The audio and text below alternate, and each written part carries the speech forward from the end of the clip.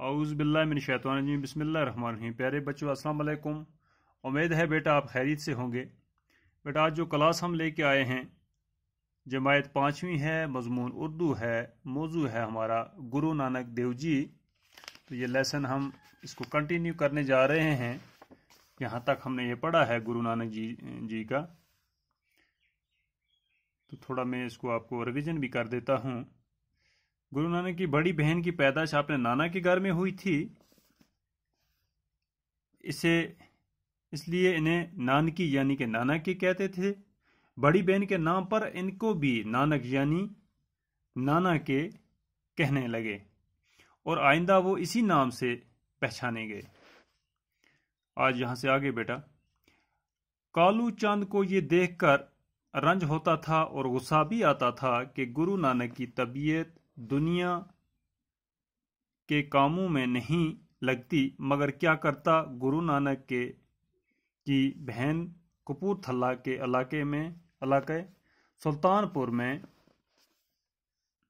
بہی گئی تھی اور اس کا شوہر علاقے کے حاکم کی سرکار میں ملازم تھا۔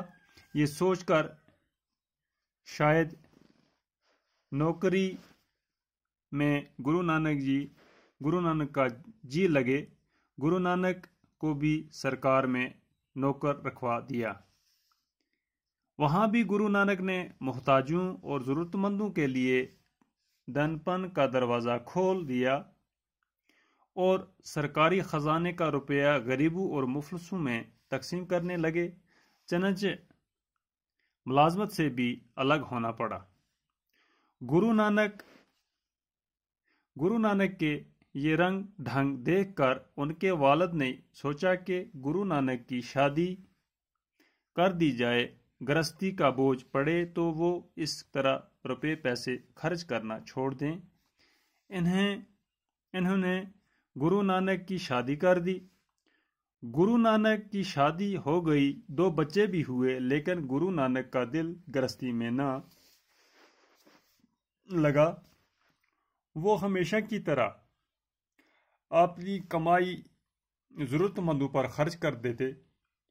بیوی نے لاکھ سمجھایا مگر ان پر کوئی اثر نہ ہوا۔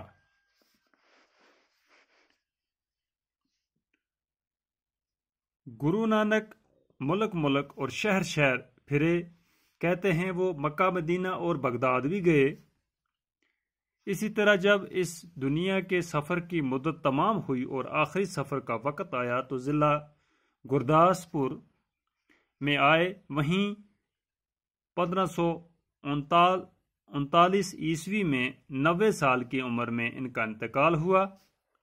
گرو نانک یہ چاہتے تھے کہ لوگ دل سے یہ بات مان لیں کہ سب انسان خدا کے سامنے برابر ہیں اور اس طرح ذات پات کا فرق چھوڑ دیں۔ وہ کہتے تھے کہ بڑا وہی ہے جو اچھے کام کرے اور دوسروں کی خدمت کرے۔ پنجاب کے کسانوں میں ان کی یہ تعلیمات بہت پھیلیں اور رفتہ رفتہ یہ ایک مذہب بنتی گئی۔ ان کو ماننے والے سکھ کہلائے۔ گرو نانک اور دوسرے بزرگوں کی باتیں ایک کتاب میں جمع کی گئیں۔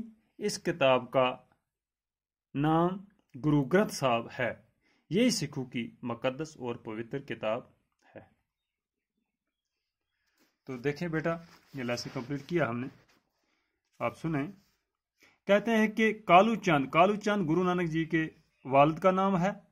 کالو چاند کو یہ دیکھ کر رنج ہوتا تھا اور غصہ بھی آتا تھا کہ گرو نانک کی طبیعت دنیا کے کاموں میں نہیں لگتی، مگر کیا کرتا، دنیا کے کسی بھی کام میں ان کی دل نہیں لگتا تھا۔ گرو نانک کی بہن کپور تھلہ کے علاقے میں سلطان پور بہی گئی تھی۔ کپور تھلہ میں ان کی بہن جو ہے ان کی شادی کی گئی تھی وہاں پر، اور اس کا شوہر علاقے کے حاکم کے سرکار میں ملازم تھا۔ تو ان کا جو شوہر تھا اس کی بہن کا، وہ وہاں کے علاقے کے سرکار میں ملازم تھا۔ یہ سوچ کر شاید نوکری میں گرو نانک کا جی لگے تو گرو نانک کو بھی سرکار میں نوکر رکھوا دیا گیا، سرکاری نوکر بنا دیا۔ وہاں بھی گرو نانک نے محتاجوں اور ضرورت مندوں کے لیے دن پن کا دروازے کھول دیے، وہاں بھی غریبوں میں محتاجوں میں بانٹنے لگے وہ، تو وہاں پر بھی کیا ہوا، اور سرکاری خزانے کا روپیہ غریبوں اور مفلسوں میں تقسیم کرنے لگے، جو سرکاری خزانے کے پیسے تھے وہ بھی غریبوں اور مفلسوں میں تقسیم کر دیے، چنانچہ ملازمت سے بھی الگ ہونا پڑا، یہ ملازمت بھی گئی، اس سے بھی الگ ہو گئے۔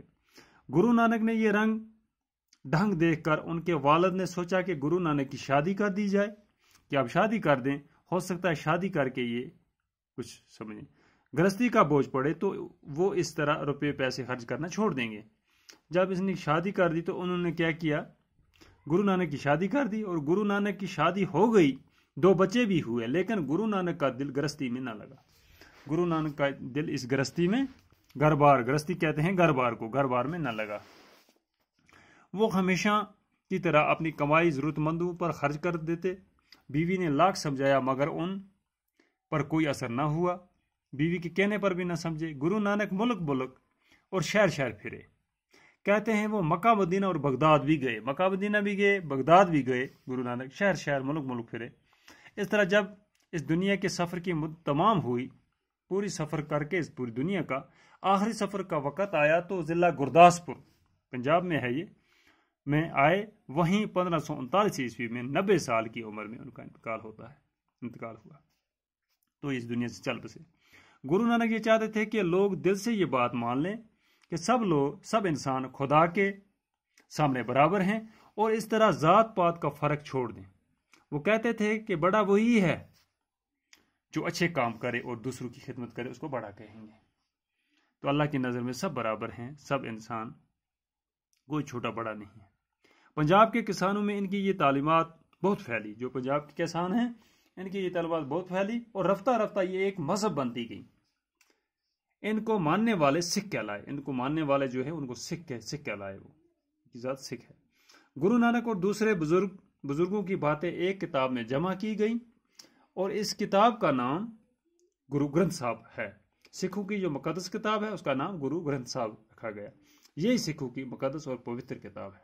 تو بیٹا یہاں تک ہو گیا آج، تو انشاءاللہ کل سے آگے دیکھیں گے، تو آج اتنا ہی، باقی خدا حافظ۔